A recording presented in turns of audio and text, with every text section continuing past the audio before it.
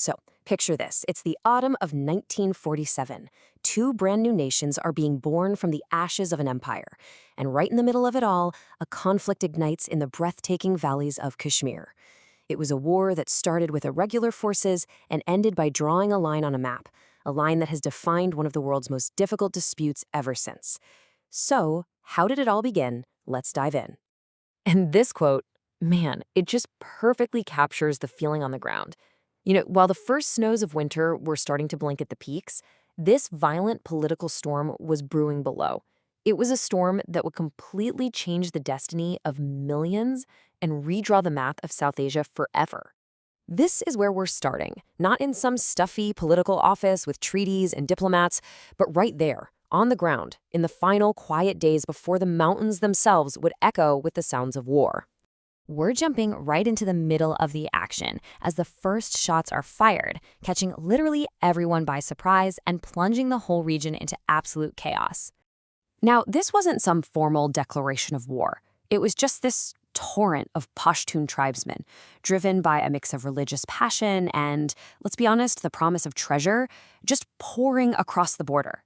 Pakistan's official story was that this was all a spontaneous uprising. India, on the other hand, claimed it was a pre-planned invasion, secretly backed by the Pakistani government. You see, the invaders were this close to capturing the capital, Srinagar, and its vital airfield. But their lack of military discipline was their downfall. They stopped to plunder the town of Baramulla, and that delay, it turned out to be absolutely critical. It gave India a tiny but essential window of opportunity. So how did we get to this point? To really get it, we've got to rewind the clock just a couple of months to the huge event that really set the stage for this entire conflict.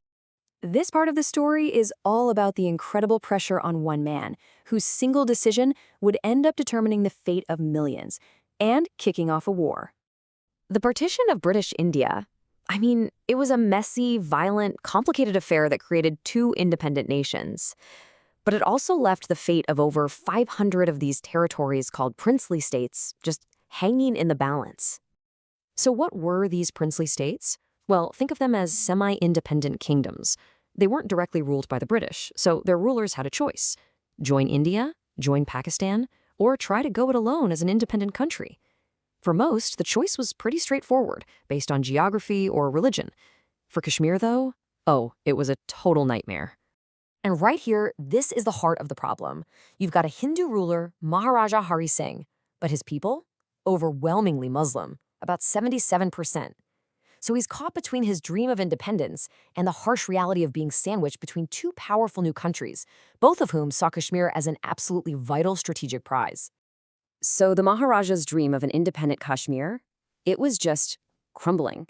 He was dealing with a rebellion inside his own borders. Pakistan was squeezing him by cutting off essential supplies, and the most popular local leader, Sheikh Abdullah, was dead set against joining Pakistan. The man was completely trapped. And the tribal invasion? That was the final violent shove that forced him to make a choice. Okay, so you can feel that tension building up, right? Well, now we're going to see how it all explodes, transforming what started as a regional raid into a full-blown war between two national armies. And just look at how fast this all happens. We're talking about a matter of days. In just 5 frantic days, with invaders closing in on his capital, the Maharaja made his choice. He begged India for military help, he signed the official accession papers, and the very next day, Indian soldiers were landing at the Srinagar airfield. Talk about just in the nick of time. And this is a really crucial point. The second India officially entered the war, the whole balance of power just shifted dramatically. You see, India inherited the lion's share of the old British Indian Army stuff. More soldiers, more tanks and armored cars, and maybe most importantly, a much better air force. And that would prove to be decisive. Remember that stalled advance on Srinagar?